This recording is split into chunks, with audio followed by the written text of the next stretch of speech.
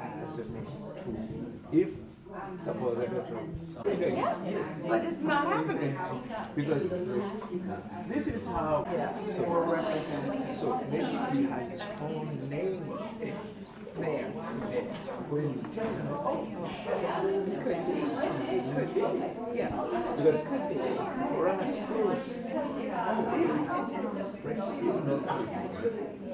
if you share. If you go to Mama Okay, she would know. She would know.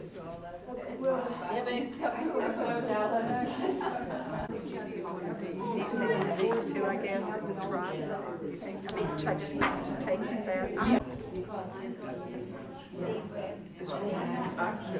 I'm sure. And when I try to express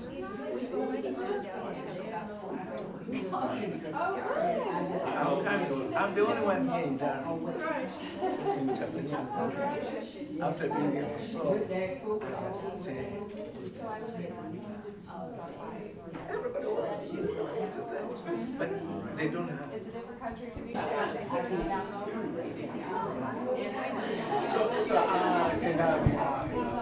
First I need to so I need to go see my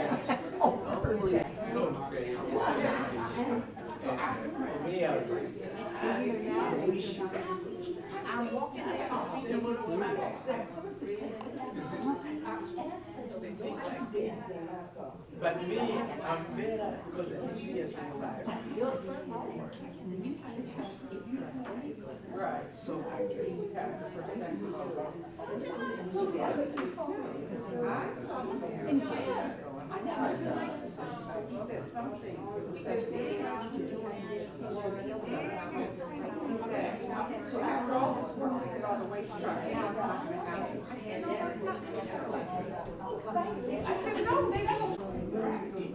I don't want somebody to yell. Kiss the mic.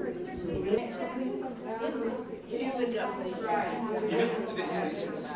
He understands because he's been before. And when we talk sometimes, he's proud because he was part of the little time. So that's why I asked him.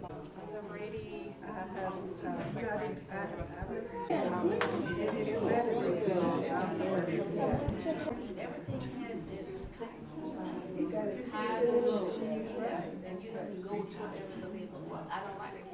It's just a few of us. We know that. You don't have to bring it to our attention. But me being a sister city,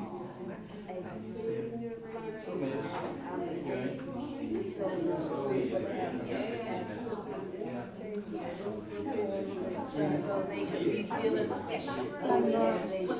Okay, great, thanks. only thing. Oh, you mean the Somebody done this. photos allowed? Apparently, because I've seen other people taking it. Okay. So I'll ask that gentleman. Okay. Good afternoon. Hi, how are you? Are you in the Anarchy Society? No? Would you be interested in joining us? I think this is the ad. Read it out and bring it back.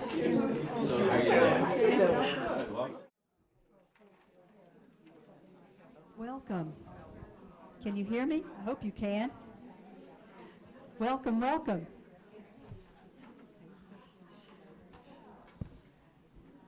Okay. Thank you for spending your Saturday afternoon with us. This is the first of three programs with our sister cities. I'm Joanne Abel, the Humanities Program Coordinator, and those of you that have been here before know we do a little quick commercial before we start our program. And the commercial is for the Durham Library Foundation, which makes these programs possible. The foundation is in the middle of a campaign to raise $1.5 million, and we're over halfway there. And we're asking everyone to earn their stripes because it takes people of all stripes to make a great library. So please consider grabbing a brochure and making a contribution to the Durham Library Foundation. Also, I tell you about some upcoming programs. How many of you get our brochure? If you don't, I hope you'll grab one. Do you like the new format? Oh, yes, that's a good. Okay, it's actually a calendar. You can put it up this time. It doesn't take your whole refrigerator side. And we have 2 programs. Tomorrow we're doing a different kind of program. We're going to be at Roger Herr Middle School, which is near Foster's on Cornwallis, and there's plenty of parking, so don't not come because of the parking.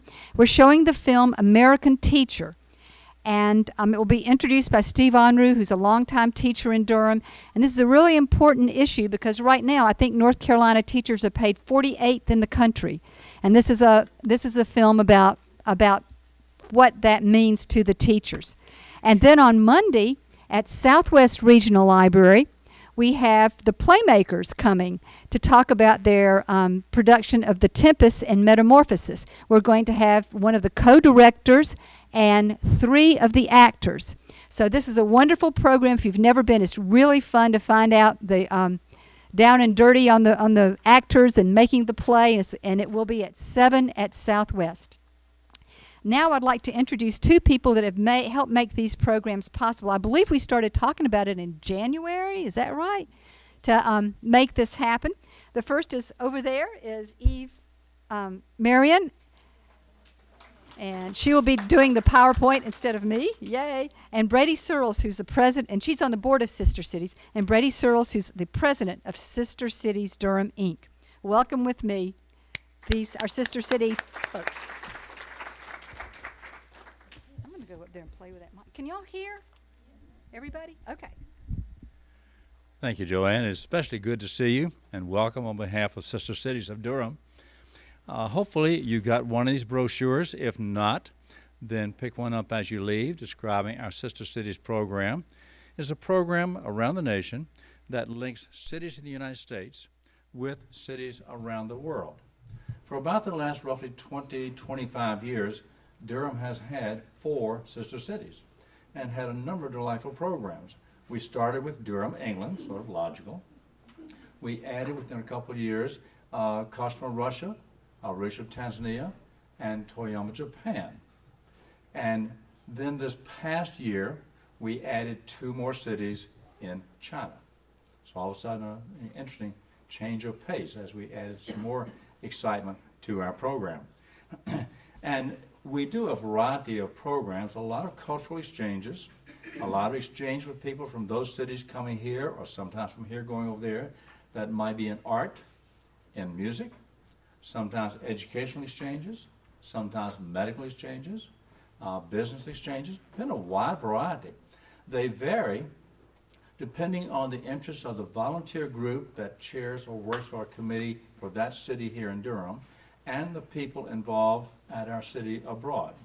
So depending on their interests, and I always like to use this as an example, our connection with Kostroma, Russia got started because a group of librarians at Durham County Library wanted to link with some librarians in Russia.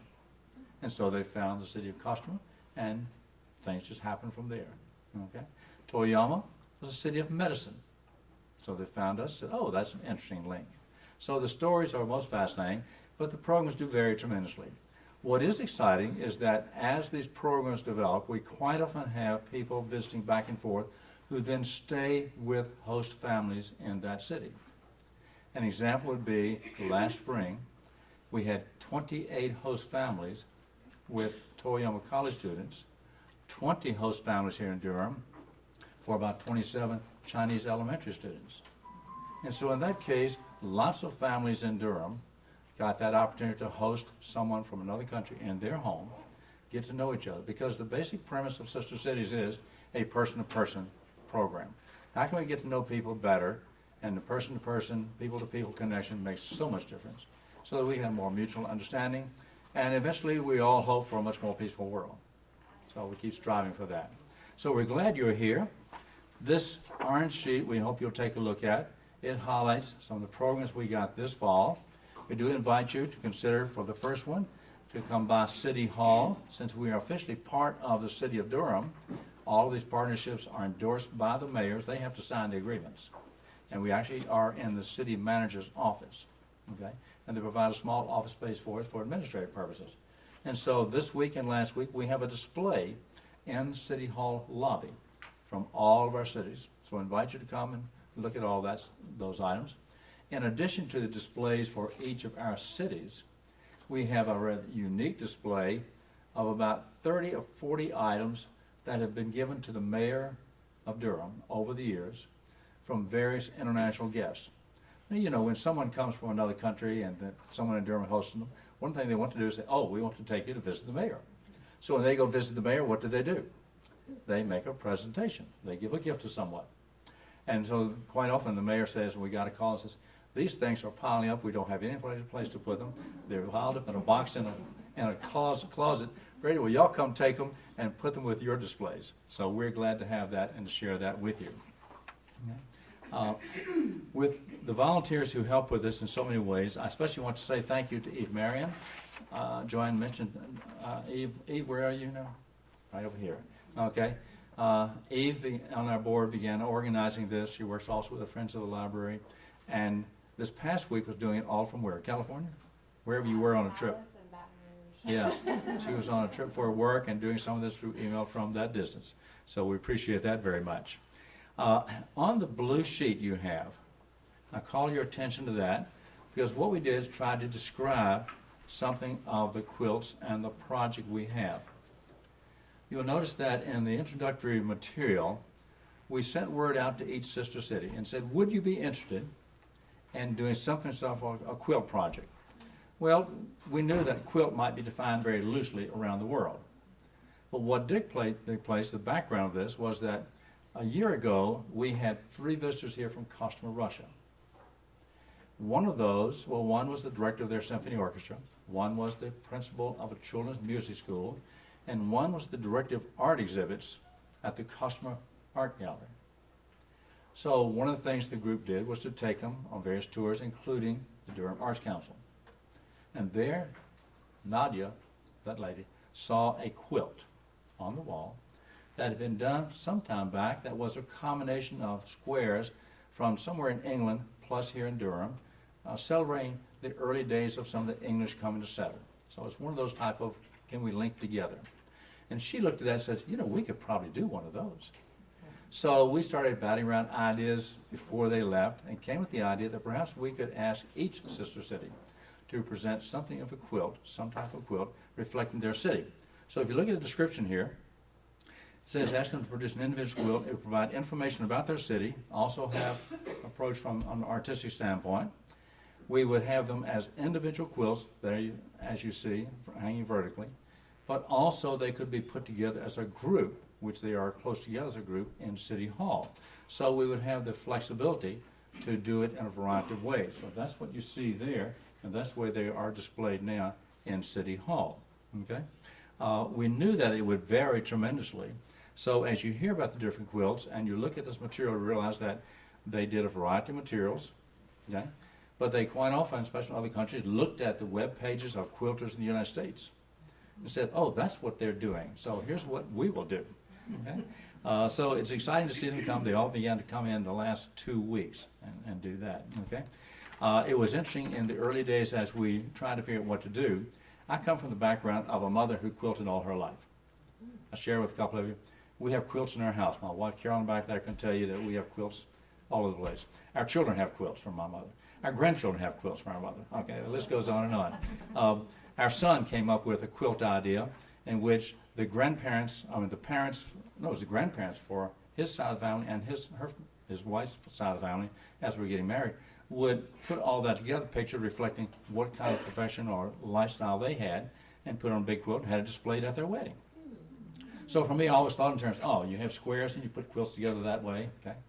Until about 1.5 years ago, we began to realize that there are other approaches, okay? Now, my mother quite often did the squares, but she also did little pieces that she stuffed away somewhere and said, I'll put this on a quilt somewhere. So she had 1,000 little pieces of material that she then patched together in some beautiful design. And then Star of David and, you list as well as the traditional squares.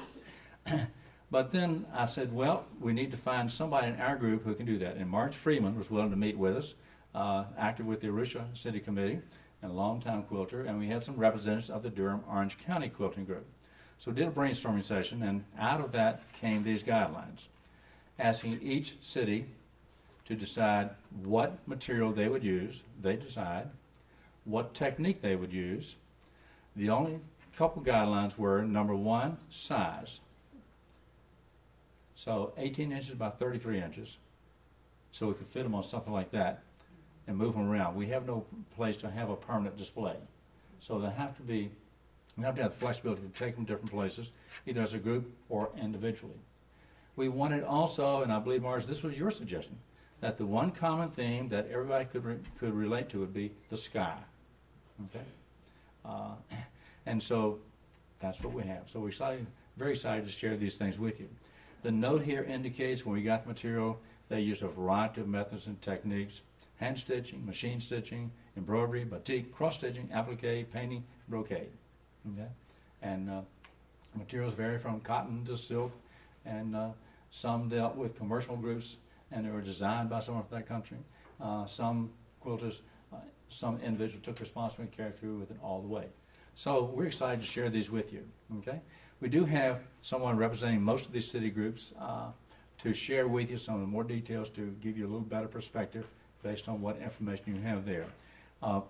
So sharing with us from the, let's see, my notes, yes, okay. We'll do them in the order they are here, okay. The Arusha group, Vicki Thornton, who's the co-chair, will be doing that, co-chair of our Arusha group. The Durham UK group, a member of, Quilt, a member of the Durham UK committee, Marita Raposo, will do that. The Toyama Japan Quilt, Mavis Mayer, who is the co-chair of that committee. I'll be sharing information about Kunshan, China, and Jusho. And then for the Kostroma Russia Quilt, Anne Evangelisto, a member of the Kostroma group, will be sharing with you. Okay? We're also very excited to have a very special guest with us today to add her perspective to quilts, because she's just a delightful storyteller, avid quilter, and so forth. Willa Brigham met with Eve Marion and I in a big rainstorm several months ago, and the Durham Art Guild, Art Center Council, had suggested that when they found out we were doing this quilt project, that we ought to talk to Willa. Well, she was working with one of their camps for the summer, I believe, and we contacted her and said, can you meet us over at the Cupcake Place? So Eve and I went over, and Beth Palmer. And one of these horrendous rainstorms, I mean, it was a gully washer. So there we are on the Cupcake thing, and I get a call from Willa, we'd never met. She said, I'm not sure I can get out of the building to walk that 2 blocks over because I'll get washed away.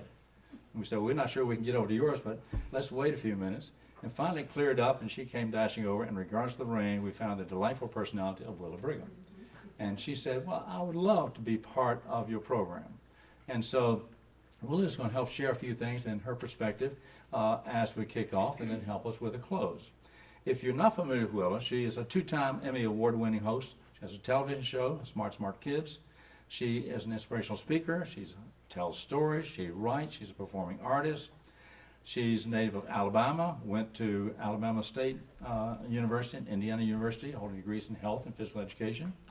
She has been across the United States performing, and also in the Caribbean. I think something about has done cruise ships also. Oh, that sounds even better, right? Has CDs to her credit, including such CDs with the titles as Willa Will, Something Good, this is interesting, Stinky Johnson and Other Tales, Happy Health Habits, and What You See. She's also the author of Golden Years, a collection of stories and poems dedicated to senior citizens. So we are especially glad to have her, and appreciate, Willa, your being with us, so I invite Willa to come forward. Thank you. Say quilt. Quilt good. Quilt good and easy. So my mother would not approve of that. So, when I was asked, would you be a part? Of course I will. I'll be a part of anything. Are you kidding? Feed me, clothe me. All right, bribe me too. I'm easy. I'm just not cheap. So I love the idea of quilting simply because it brings people together. And so I wrote this poem in honor of Sister Cities of Durham.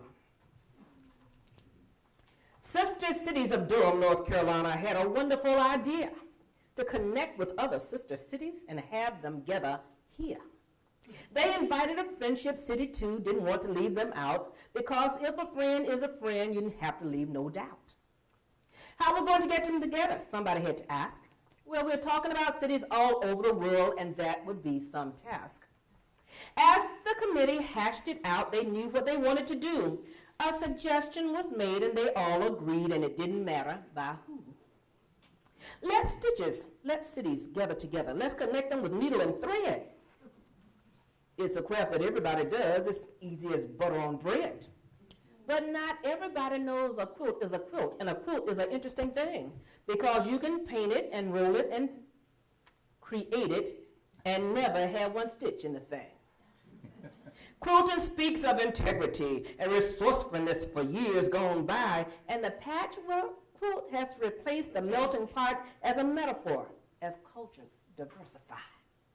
They came up with some regulations. They came up with a plan. They sent it off to every city who took the idea and ran. Each city was asked to create a quilt, a mural about their location. It would be so informative, you'd want to travel there on vacation. Include in the place symbols, themes, and that would be just fine. Make sure your name is on there somewhere, and we need you to get it back on time. They could include geography, flowers, birds, or people, historical events, distinctive buildings, or sky-high tall church steeples. The one common theme for all of the quilts they concluded would be the sky. It covers every bit of the world like a crust on a hot apple pie. They agreed on the dimensions. The size would make the creation complete. Not too big, not too small, but something nice and neat. Making a quilt takes some time and energy and so much heart and so many heartfelt decisions. What fabric, what stitch, hand, or machine, and would there be time for revisions? Quilts are known for their craftsmanship, their warmth, and fabulous beauty. Unique heritage and diverse cultures, traditions, shows in their sense of duty. Every city created a masterpiece, stitched with love and care. Look carefully at each picture and notice the quilting there, or not. The fabrics, cottons, brocade, and silk, batik bordered with Masai blanket, smooth as almond milk. Raw edges and sparkles and beads and stitches by hand and machine, embellishments for all the added flair in the seams and in between. The love and friendship that stitch these quilts is evident in every thread. The collective history of individuals and these quilts will never meet bids. Just thinking of a simple project as old as making a quilt could bring together countries with cottons, threads, and silks. Helping, healing, sharing, and growing in each other's space, accepting each other for all their worth, by hanging their quilts in this place.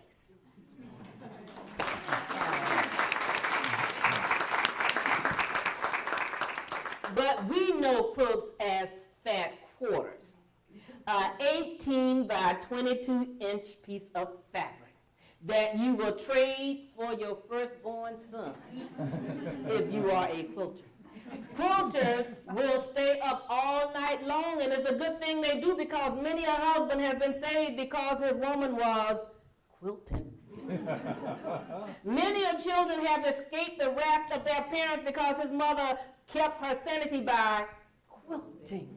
And for the one who thought she was going to lose her mind, she kept it because she was quilting. Fat quarters in the morning, fat quarters late at night. When you wrap your hand around a fat quarter, everything is gonna be alright. Now sister had the blues and it put her in bed. Now mama gave her a needle and thread. She could stitch herself together in any kind of weather and have a quilt when her stitching was done. And yes, fat quarters stacked up in a pile. Fat quarters a bunch on every aisle. I hate to admit it, I can't quit it. I got a thing for pretty fat quarters.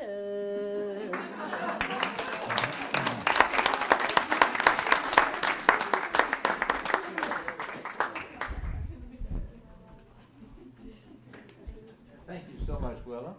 We'll now proceed as in succession with Vicki. I believe you're first in each of our presentations on our Sister City quilts.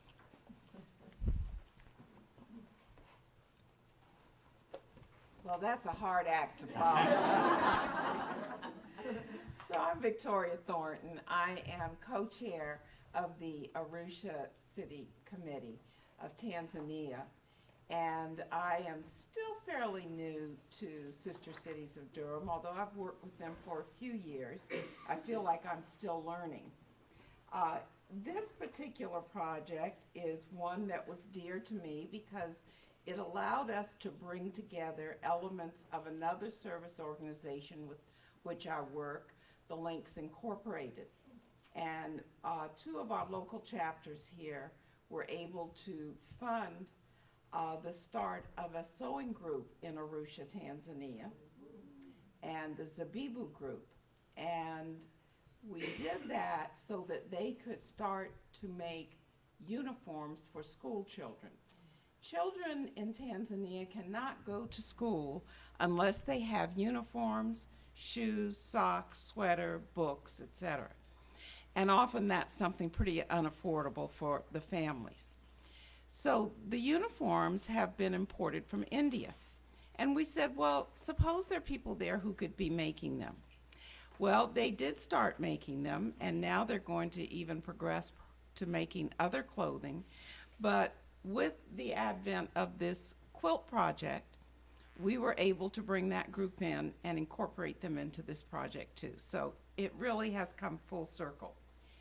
The Arusha quilt, is there,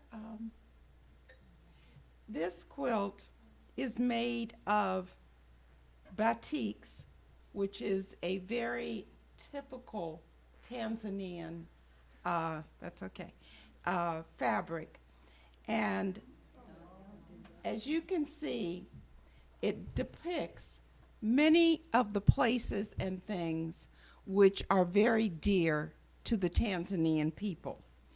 So this one is made with the batiks and bordered with Maasai blanket fabric, which you can't see well in this photo, but when you look at the quilt, you will see the red plaid fabric outlining the border of the quilt.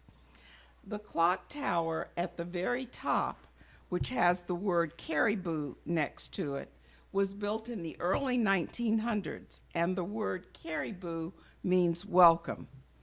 Arusha lies in the shadow of Mount Meru, which is featured in the center of the quilt. And this is very important, a very important structure which is seen daily by the Arushan people. And it's Tanzania's center of tourism and the gathering site for those who are going to climb either Mount Meru or, more importantly, Mount Kilimanjaro, or going on safari and gain parts such as the Serengeti or Lake Mayara.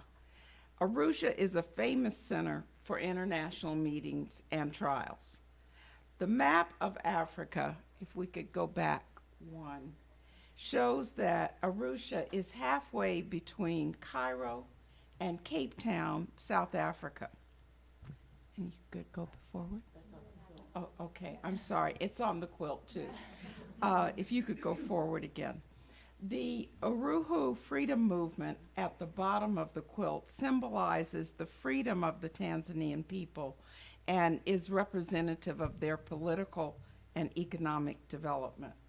The figures you see on the quilt are Maasai warriors, although there is one figure which is not Maasai, and it represents the agricultural areas that surround the city of Arusha. I would like to thank Marjorie Freeman, not only for the expertise she lent to Sister Cities of Durham in helping with the structure, the design of the quilt, but in particular for her correspondence with our Arusha members, our friends of Arusha, so that they could better understand the idea of quilt, which I have come to know now is more typically an American concept, and so that she could give them the guidance they needed to complete this project. Thank you so much.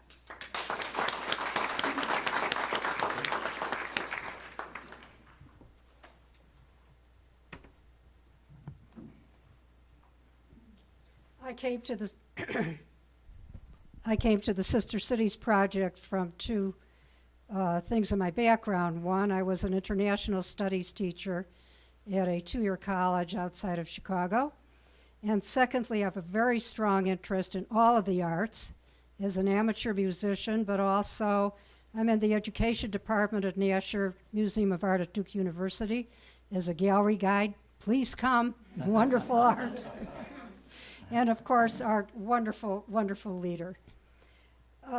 I'm going to talk a little bit about the Durham UK quilt, which was designed and made by Miss Edwina D. Barnett.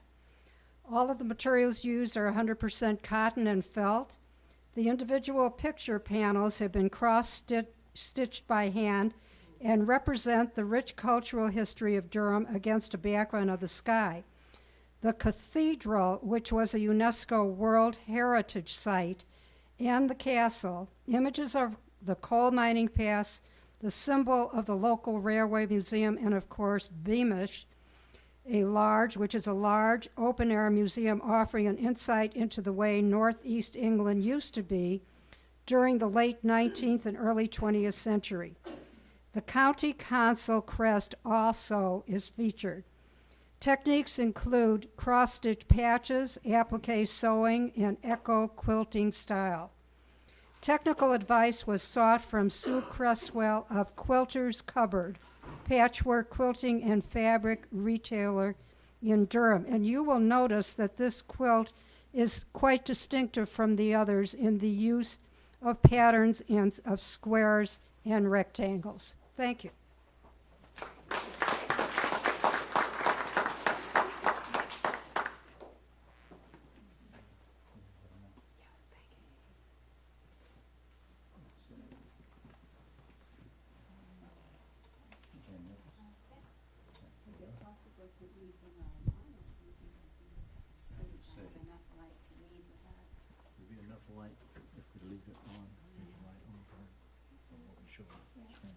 Leave the light on. Okay, well, I'm Mavis Mayer, and I'm representing the Toyama Committee of Sister Cities of Durham. And I've been associated with it for a very long time. It just doesn't seem possible, but I think Durham Sister Cities has been in existence. It will be 25 years next year. And Doc Borden got me a few years before that and got me involved, mainly because I was working at the time at Duke University in the Asian Pacific Studies Institute, and what better to start with than to get the some people there who spoke Japanese or who knew how to get this thing going and give them advice on which sister city to be associated with. So I go back a long way with it, and it's just amazing to me all the things we've done over the years, and this has been a very interesting project. And we had a little bit of trouble getting ours started. We are probably one of the few connections that works with both amateurs, people like ourselves, and city official government people. We are the money that they spend on this program is part of their official city budget.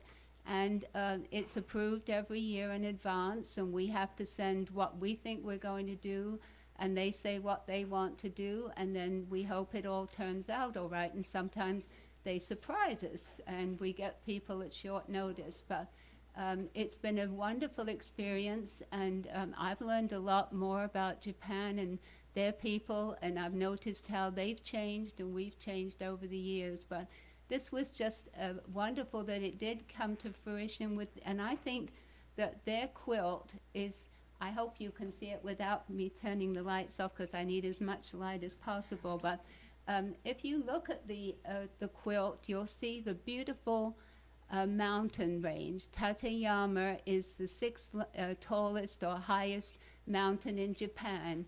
And to get to Toyama from Tokyo, you have to take a plane and you go over the mountains and fly over for an hour and then you get there.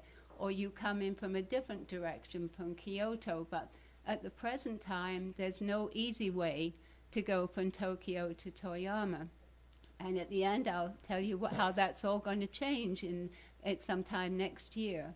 But if you look at the quilt, you'll see at the top these beautiful mountains, very, very tall, very suitable for hydroelectric dams. There's a huge hydroelectric dam there that supplies all the power that they need for everything. They don't have to worry about nuclear power because they've got this wonderful dam that brings them all great hydroelectric all the way down that northeastern part of Durham, of Japan. And the mountains bring lots of tourists because people come to go skiing. And the snow there lasts right through until in June. We went there once and went up to, and there was still snow above our heads going up the roads to the mountains. So the snow and the wonderful water that comes from the snow is a very big part of Toyama's existence.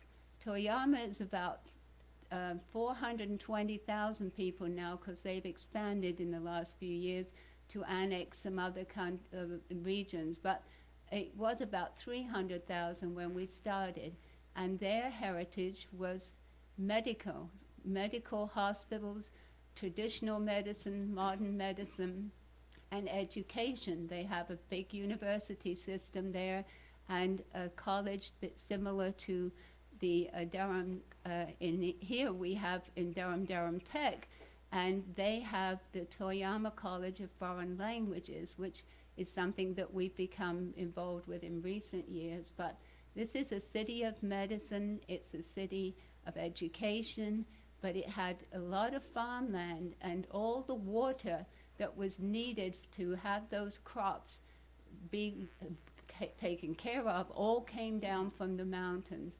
And Toyama is situated similar to like in California, in Northern California. You have the very high mountains and you have this very fertile plain before you get to the sea. And when you're in Toyama on a clear day, you can see the mountains, and from the mountains you can see way out over the Pacific Ocean. So it's just an incredibly beautiful place, and it's so different from here because you have rice paddies that come up to the doors of shops. You have, everything is all mixed up. There's no such thing as a zoning law there. But when you look at this picture, you see those mountains. That's a very, very vital part. And as I mentioned, it helps the water that comes down from the mountains not only helps with the rice, and it also helps, they have a thriving beer industry, and they swear by their beer, and they're young people who go off and work in other cities. When they go back, come back home to visit, they take the rice with them because they're convinced that their rice tastes better than the rice from anywhere else in Japan. So I can see all these things in this picture which make me think about Toyama. And as I say, you come a bit further down on the picture and you see the castle. Now the castle was about 1,000 years old when it was destroyed, along with everything else in Toyama, the city of Toyama, at the end of the Second World War. And there were, I think, Richard Berkeley from the Kostroma committee gave me a photograph once, and it showed this picture of Toyama after a bombing raid, and everything except 3 buildings, I think they were commercial buildings or something, but everything else was destroyed. So Toyama has come back, and they restored the castle, and they made it a replica of what it was before, and it's a big tourist attraction. But it's good to remember things like that, that I think that what we're doing with Sister Cities, and this program was started by Dwight Eisenhower back in 1956, it was an effort to get the people of the two countries to get to know each other so that something like that would never happen again. And it's certainly been the case with us. I'm looking again at the picture, and you see the beautiful cherry blossoms. Now, the quilt is actually called Spring and Autumn. So in the spring, along the rivers that run through Toyama, they've planted hundreds and hundreds of cherry trees. And families go out and have picnics and sit under the cherry trees, and the blossoms come down on them while they're having their picnic. And that is a wonderful image of all traditional things and how much beauty they have in their lives because of their wonderful scenic situation there and the wonderful cherry blossoms. So that's, I think, why they put that in there. And the other thing, you see some people dancing. Now, they like to dance, and they have lots of traditional parades. They even had one when we were there when they had all the people who were in the fire brigade in their uniforms and the things that they used to transport the water back from 100 years before. And the first time we went there, they were celebrating their 100th year as a city after the monarchy had been restored. It was called the Meiji Restoration. And this was after all the years of the shogun running things. They went back to having an emperor, and each city date of establishment was set again. So when we were there in 1989, it was 100 years after they had become a city again under the emperor. And it's just all these things that we've learned about them over the years, and all their traditional parades. And one of the things they do in the autumn is when the harvest comes in, they have these traditional dances which they wear hats, like the people who work in the fields. We've got some here that were brought to us over the years, and people wear these to protect themselves from the sun when they're working in the rice paddies and other fields. And that's what they wear when they do this dancing. And when we've had groups of people come, sometimes students or other visitors, they will do their traditional dances for us. But don't think that Toyama is just a backward or not up with everything. When they say they have pharmaceuticals, it's just like what used to be Burroughs Wellcome, GlaxoSmithKline. They have robots that work in their factories. They have beautiful glass institutes. They have all kinds of wonderful modern things. And the big thing that's going to happen to them, and they'll have to put something else in the quilt, is next time they make one, is that they are been building a tunnel under the mountains. And by next year, there will be a bullet train coming directly from Tokyo to Toyama. And instead of taking time to get on an airplane and go for an hour, you will be able to go from Tokyo to Toyama in 2 hours. So how that's going to change their life or how it's going to affect them, I don't know. But I think it's nice that we have a permanent picture here of what they're like now, and just shows some of the background of the people that we've come to know and really love over the years. So thank you for listening to it.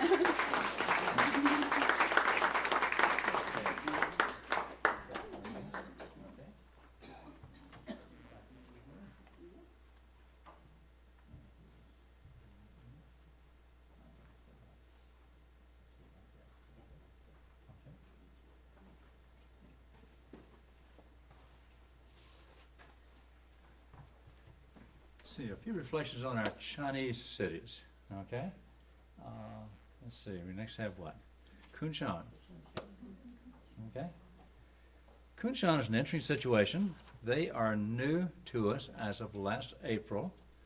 They are in the category of a friendship city.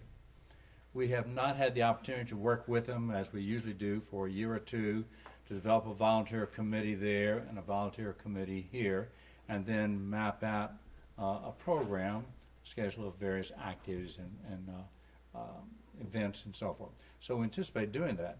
It was interesting that we had established a sister city partnership with Zhuzhou last September, a year ago. And we said, oh, here we go, we've taken that step in China. But we got word last February through Duke University and one of their offices working with Kunshan, where they are establishing the Duke University campus, which will become the Duke Kunshan University.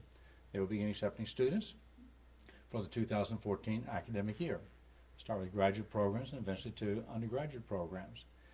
And they sent word that these folks from Kunshan, since they were linking up with Duke, were curious about possibly making some link with us in sister cities.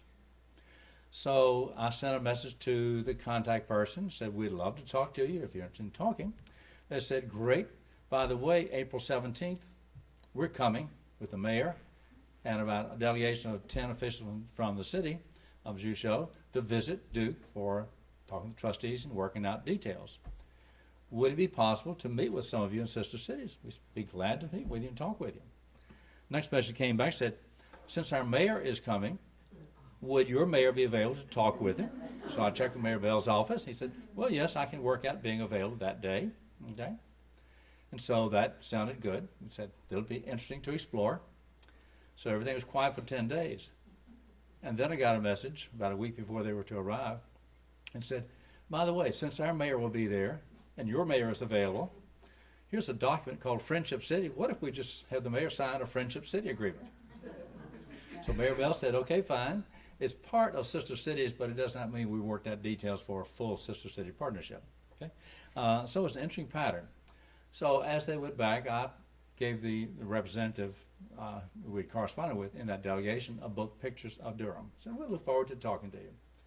And as we developed the quilt project, I just sent him a note and said, whatever you all are doing, if you all are interested, or maybe not, we have this quilt project, and if you'd like to participate, fine. If not, you're at least aware of it. He sent back a word, said, we'll definitely want to be part of it. He is in the Office of Foreign Affairs. So we had representatives from the Office of Foreign Affairs, the Office for the City of Cultural Affairs, and I've forgotten what other office, but 3 offices met together to start talking about it. They looked at the web pages of the Durham Orange County Quilters Guild to try to understand what was going on. And then they decided what they would do. So what they did, as you can see, is a traditional Chinese tapestry with Chinese embroidery, a little bit different. But it is interesting that, as Mavis was talking about the Toyama quilt, and Vicki commented that this is so characteristic of Americans, and yet in some ways that Toyama quilt is about as typical quilting as any of them I've ever seen, okay, from the standpoint of quilting. So it's interesting, as we gave the guidelines, said, you decide what method, what technique, what materials you'd like to use, and reflecting your city. So we're excited and appreciate their doing this. What is interesting is, if you look at it, oh, and let me tell you who's there, okay, besides myself. That's Vivian Wan. Vivian is Chinese American. She has been here for a number of years and is a CPA, and she is the treasurer for Sister Cities now. She is from the city of Shanghai. Now, Kunshan, if you have heard anything about Duke's program, is a city sitting between Shanghai and a city called Zhuzhou, not Zhuzhou, but Zhuzhou, okay? It's really sort of a suburb of Shanghai, okay? Shanghai and Zhuzhou are very, very large cities. Most of us have heard of Shanghai. And as we got involved with the Chinese cities, we also started hearing about Chinese gardens. And if you know anything about Chinese gardens, you will be aware of the fact that in China, the greatest place for looking at classical Chinese gardens is the city of Zhuzhou, starting with an S, okay? And so Kunshan sits right between those two. Now, Kunshan's background and heritage is interesting. One of the things it's most noted for is the development of Chinese opera called Kung Fu opera. Now, if you look at, when the lights come back on, your orange sheet, you'll notice, as Joanne reminded us, that there are 3 programs we're doing with Sister Cities in these afternoon programs. The one today, and then on November the 2nd, we're doing one on Chinese musical instruments and opera. Now, the person who will be presenting that is Chinese American. The first to be a student in Michigan and then has lived here a number of years. And she is very much involved in Chinese opera. So she will be here in this room to do a program on November the 2nd, 3 o'clock, on some Chinese musical instruments. She plays that big long one that's about 6 feet long with 20 strings called what, a gunshong, and also performs Chinese opera. So she'll talk about the opera, illustrate a little bit, also have some of the costumes, and share with you some of that. When you look at the program that the library has for these 3 months and the highlight programs, you'll see a picture of her in there for that particular program.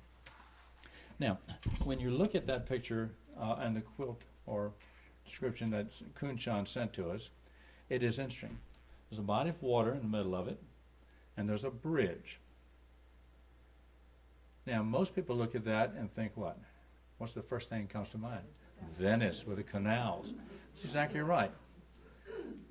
This area of Kun-shan, smaller area, referred to as, let me get it straight, Zhuxiang.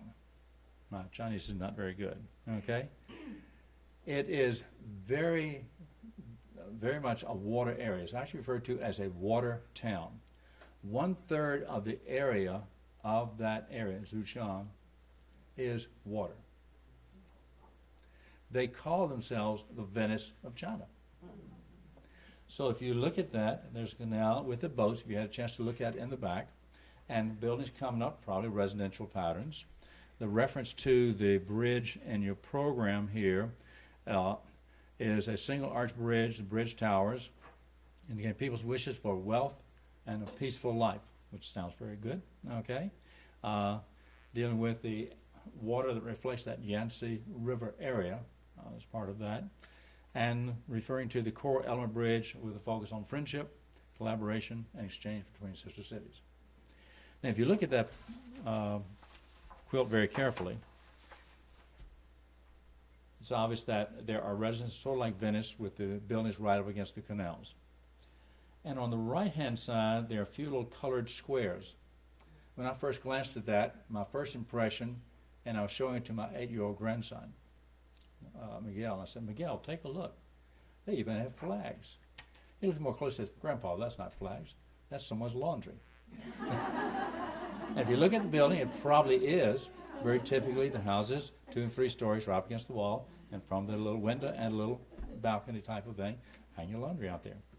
Okay? So that area has, what's the figure? 62 rivers and canals and 41 lakes. So reflecting that pattern, you can see why they put that in their quilt. Okay. Now, the other one from China is Zhuzhou. Okay? Zhuzhou calls themselves the dynamic city. And if you look at their quilt, that light bluish one, okay, there are 2 things that jump out right away. Some of the quilts like to put a lot of different things in. This one decided on 2 things. One is the possibility that bullet train that Mavis was talking about, that Toyama is going to have. Whether or not they're going to buy from the Chinese or not, I don't know. Zhuzhou is a good example of what has happened in China in the last 20 to 30 years, where small, almost rural type of towns have exploded in today's modern technology. Zhuzhou is one of those. It had always been a major railroad center. For southern China, it's the major railroad center. The north-south trains and the east-west trains all come through Zhuzhou. In the last 20, 30 years or so, they have developed an industry building electric trains, okay? And that has become a major core of their industry. They have become a very high-tech industrial area, very much like Research Triangle. They are part of a triangle of 3 cities, very much like we are. They are 20 miles from the capital of their state or province, as we are to Raleigh. So they looked at us and said, oh, this would be an interesting match, okay? And the person who came from the vice mayor who came to sign the agreement with our mayor included in her delegation a young lady who is in the Foreign Affairs Office who works with education. So when they went back at the end of September, last September, the first message we got back was, we want to bring a group of elementary school students because we want to put a focus on our young people and education having a chance to be participating with countries around the world, and we want to bring a group to Durham, North Carolina. So they brought 27 10-year-olds.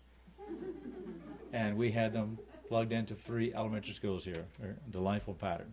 Now, if you look at the other part of that quilt, though, what is interesting is there's a picture of a traditional Chinese person. This is the Yuan Emperor, going back to Chinese pre-dynasty, the earlier patterns that they trace back their early history to. The Yuan dynasty may be the reference to the general name for a succession of rulers, or at least tribal chiefs or clan chiefs, beginning with someone named Shen Nong, okay?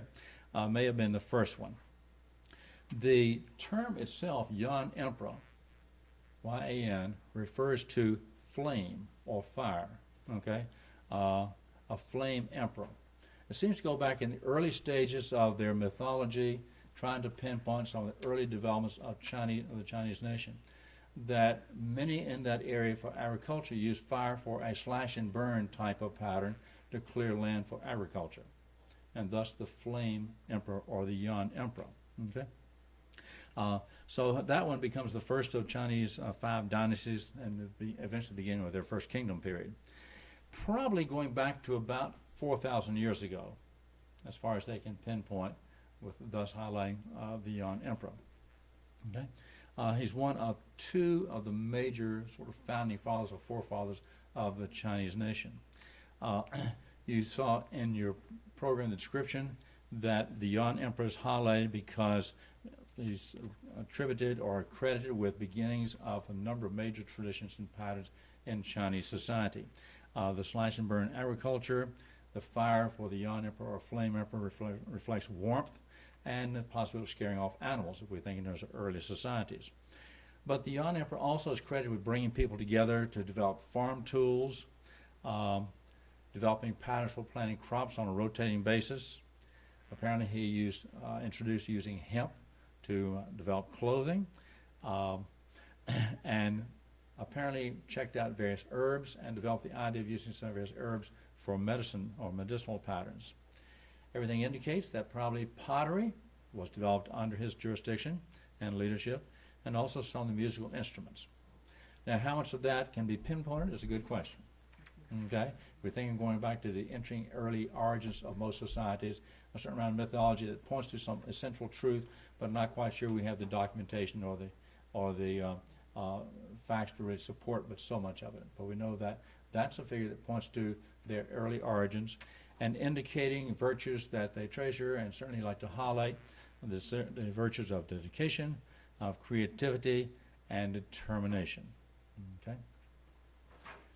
Now, our last quilt is Kostroma, Arusha, and Anne Evangelisto will present that one.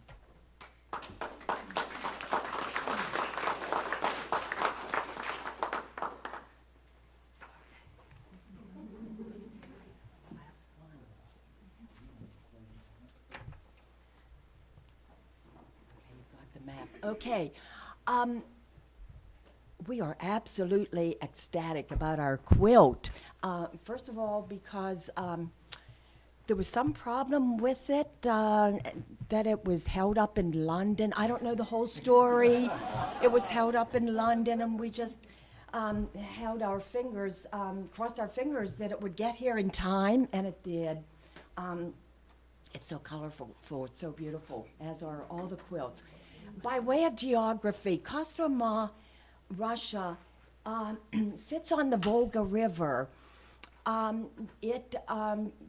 It's known for its architecture, and it's a very, very old city.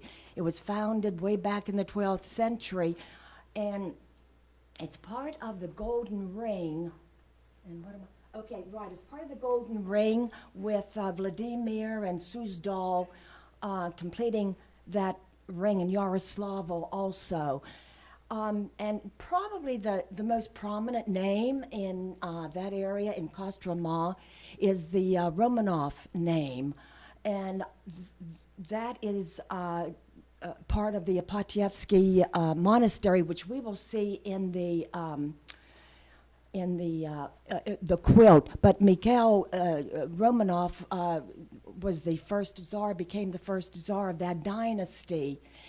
And so that Apotyevsky Museum really is the feature, really is the high point. It's claim to fame in that Kostroma area. Okay, about this quilt. There is a lot going on in that quilt. And one of the interesting things about it that I noticed right away is that it has that two-dimensional effect. And I don't know a thing about quilting. I just don't. But with that the siren bird, which is, there's some discussion about exactly what that image is at the bottom, which we'll talk about a little bit later. But anyway, yeah, the two-dimensional effect, which really brings that quilt to life.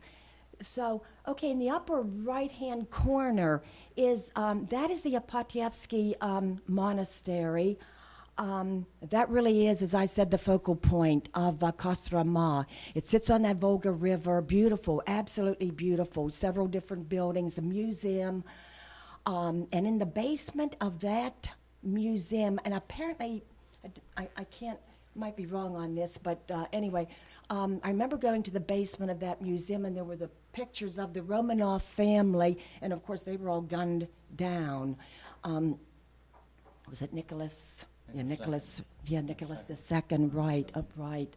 The whole family gunned down.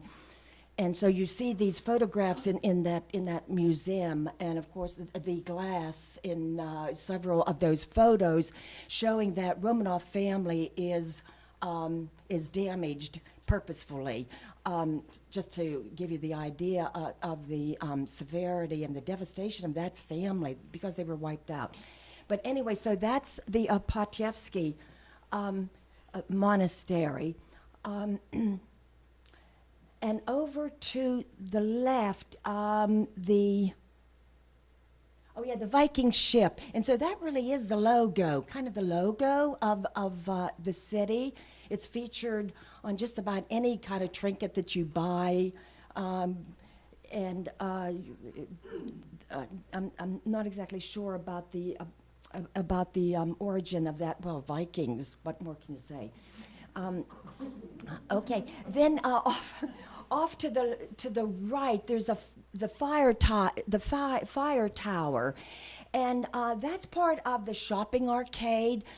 And for a while, that shopping arcade had gone in disrepair, as some of Russia had done, but it has come back. It has changed so much now, but there are little shishi shops in that shopping arcade. Many of the Russians who live in that city center do their shopping there. When I first went to Kostroma, there was no McDonald's, there was no KFC. They didn't even know what I was talking about, and there were no little delis or coffee shops. So we did whatever little shopping there was. I mean, we did it there at that shopping arcade, but however, that has grown, and the city now is much more westernized than I ever anticipated that it could be. Let's see, so then now this image, this huge image at the bottom, and as I said, there's some discussion about this, and I found actually it was Ann Berkeley, the chairperson of our committee, that went to the internet and found out a little bit about that image. Somebody mentioned, well, it looks like the Syrian bird of joy. Well, we don't think it's that at all. What we think it is, let me just read this. It's called the alkanost. The alkanost, and it comes from Slavic mythology, yet it is not known where she originated. And according to Russian folklore, this mythical being is not too much different from the Greek sirens, completed with a captivating singing voice. except, of course, that she is half woman and half bird instead of half fish. And it's in that image where that little, and again, I don't know the terminology for because I'm not a quilter, but I guess that's applique. Those wings, you know, they just come right out at you. That gives it that two-dimensional effect. And of course, the beading and then the braid is prominent. And one other thing about this alchemist figure, this is kind of funny. It is said whoever hears the song of an alchemist will become mesmerized and forget everything they know. Wars were stopped by her vocal cords, yet the alchemist has no ill intent. She simply wants to live a happy life. And let me just kind of end with this. When that package, when the quilt arrived, there was a note, a letter that was included by the mayor of Kostroma.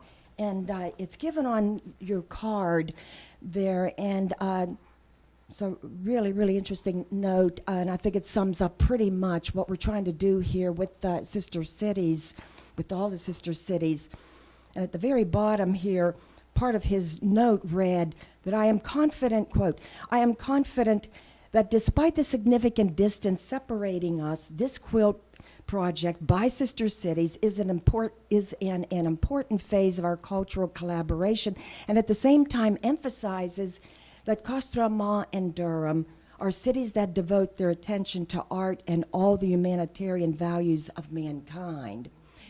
And just one last thing, you know, when you look at, and I think there's a picture, I'm pretty sure this is in this brochure, this second to the, on the right here, this little picture of the cruise ship. I think that's supposed to be Kostroma. And I just thought about this. You know, when you visit as a tourist, you go to a place like Moscow and St. Petersburg. These are tourist areas. And, you know, when I first went to Moscow, I got to tell you, Moscow was so bleak, was so grim. And of course, always the KGB. They sat in the back of the bus. They were never introduced to you. We never asked. But you went nowhere without them. And but now, of course, Moscow is so different. It's touristy. It's very expensive. And St. Petersburg, like also, is you know, a touristy, but such an elegant city. However, those places, I will always say this, those places are not Russia. It is the area between Moscow and St. Petersburg in the provinces, in the hinterlands.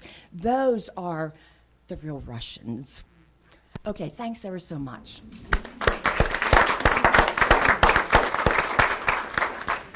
Will there be time for questions and answers? Okay. So, what have you learned? That quilts just aren't for sleeping anymore. Come on, give me a little clap. I said quilts just aren't for sleeping anymore. No, they're not.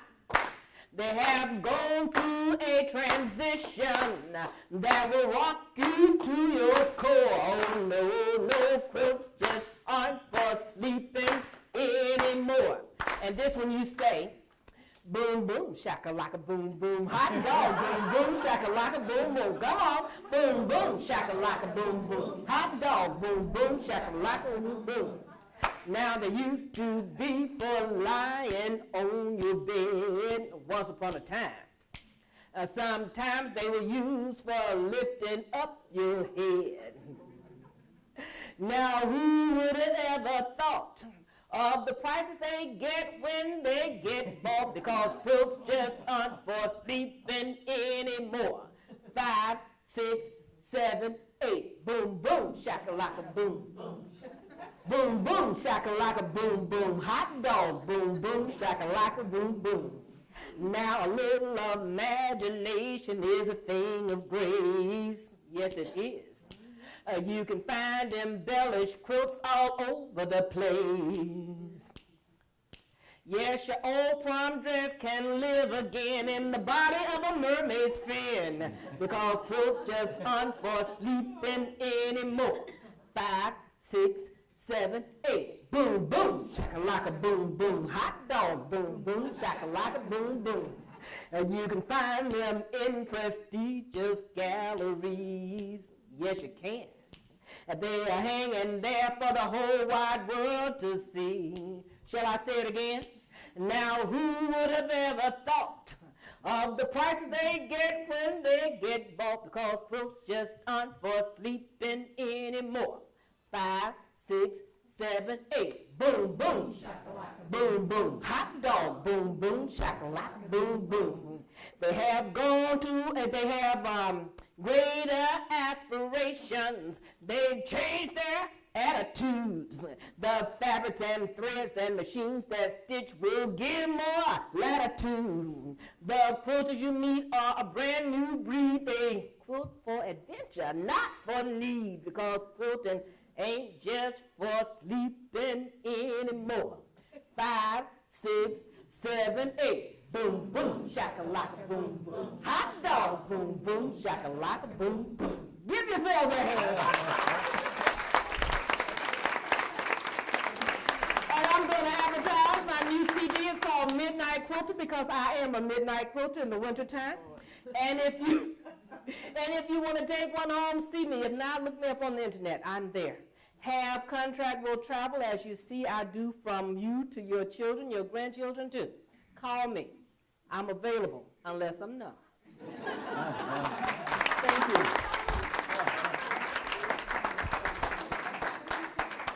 Well, thank you so much for being with us and sharing such a unique perspective, and it just gets exciting. We think in terms of quilting and the kind of role they play in all of our lives. And I want to recognize one other person. I didn't see her when she came in, Beth Palmer, who was so crucial in helping us get started and doing all the brainstorming. And she's joined several of us as we went to look at various quilt exhibits all around and started developing this idea. Okay. We encourage you to think in terms of the events coming up here in this auditorium in 2 weeks with Chinese opera with Lydia Hodgson. And 2 weeks after that, our Arusha committee will have a program of photography based on a project that was worked out with the Duke Center for Documentary Studies. Okay? So that should be all those at 3 o'clock and free and open to the public. And if you notice in the middle that we don't have a program presented by the Durham UK committee. Because as we started doing these, planning these with the library, they were already thinking about doing a tea tasting at Duke Durham. So I invite you to come consider on 3:30 Sunday afternoon, October 27th, this coming Sunday, a week from tomorrow. Okay? And join us at Duke Gardens, free and open to the public, for a tea tasting. Each of our sister committees will be there with tea, for you to sample from their respective cities and countries, with a few light refreshments to go with it. Now, Durham UK, as they started doing this, said, and there's tea, right? So they began to realize that as they talked in terms of inviting the other city committees to participate, that all the others produced tea, except them. So they said, we just like to drink it. So they invite all of you to come share with them as they drink tea from around the world. Okay. Joanne, any closing comments? I did want to say, since the Arusha project talked about uniforms, if you look in the brochure, you'll actually see some of the uniforms that the kids are wearing, which I thought was kind of interesting. And also, please fill out an evaluation on your way out, because it helps us know what kind of programs you know. But I know one of the kind of programs I want to have. So, anyway, thank you all very much. Are there any questions? We could do a few questions if y'all have them. I don't know who will answer. Okay. I'm not familiar with the Sister Cities program. This is our first exposure to it. I'm not familiar with the Sister Cities program, and this is my first exposure. So I was wondering, what sort of things do we send to them? Do we do anything like that? It varies tremendously, okay, depending on the interest of people here and also that group. We try to focus on people going back and forth and visiting. It's all through volunteers, even though we are endorsed by the city, but we all have to do it ourselves, okay? In a variety of ways. So they've had their 10-year-olds come from China here, I mentioned that. There are college students from Toyama coming for a study program. For example, we just had 3 medical residents from Toyama City Medicine to be with us. Visiting with the Duke University Center for, so they were the ones in that picture. That's 3 young medical residents. I don't know about you, but it looked like to me like 18 years old. They were all medical residents, okay? But we usually have 1 or 2 medical doctors from here going over there to visit and to examine and see what they do, okay? The Durham Children's Choir has toured both Durham, England and in Toyama, Japan, okay? We've had school groups from Kestrel Heights go to visit in Russia. They have a partnership with the school there. Okay? With the Chinese students visiting here, what we're hoping is to have a group of students from here go participate and visit in China to visit their schools. Okay?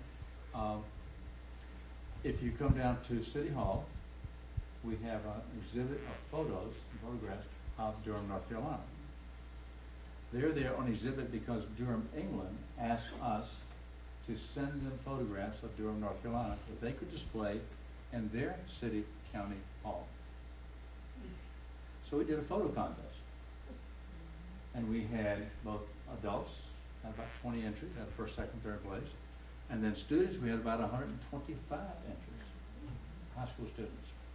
So in a process with some professional photographers judging those, and those are the winners are now in our lobby of City Hall here in our building. We sent them over there electronically, and they put them on display. And in fact, the Duke Engage program has students over there, and they got to go see them while they were there. What is interesting is the date they said they wanted to start the exhibit. July 4th.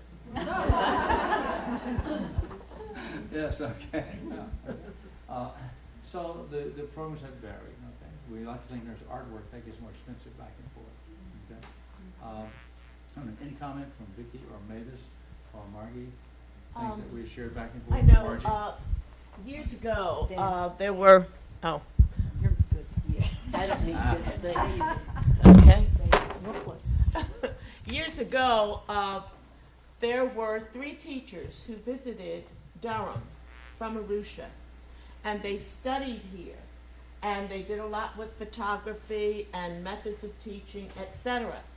In turn, they went back to Arusha, trained the teachers in the different local schools, and those children were given throwaway cameras. I don't know what they call them now. Those ones, you take the picture, develop it. Okay, disposable. That's the word. You get old, you can't remember anything. But anyway, the pictures that those children took of their daily life also came back to Durham, and they are actually part of, I can't remember the author's name, it was so long ago, Yule? Wendy, yeah. And so Arusha is documented there. So there is the exchange between cities where you really get to know the other, how they live. I know we did trees for Arusha. That was if you can't buy something, like Willa has everything, I would plant a tree in Arusha. And what happened, a school child would get that tree and would plant it at home and watch it grow, of course, and of course it was a citrus tree. So therefore it had double meaning, not only the caring of the plant, but it had nutritional value, shade, etc., because they use so much of the firewood, for burning and cooking. I just wanted you to be aware that it is a very active cooperation with groups here. I know the Links are providing the money for the fabric, the machines, etc., so that women there can become independent people, and children can go to school. No child can go to school in most African countries without a uniform. And Tanzania is no exception to that rule. So they do need the help. I know also that how many thousands of meals were packed and sent to Tanzania? Actually, it was 18 tons. Oh, sorry. 18 tons, I'm a little off. 18 tons of food were sent for the school children because so many of them go to school all day without any type of nutrition. And they can't, don't have the funds to bring it, etc. So it's done that way, provided by us. Yeah, the food is furnished, we package Stop Hunger Now, some of you are familiar with that. Yeah.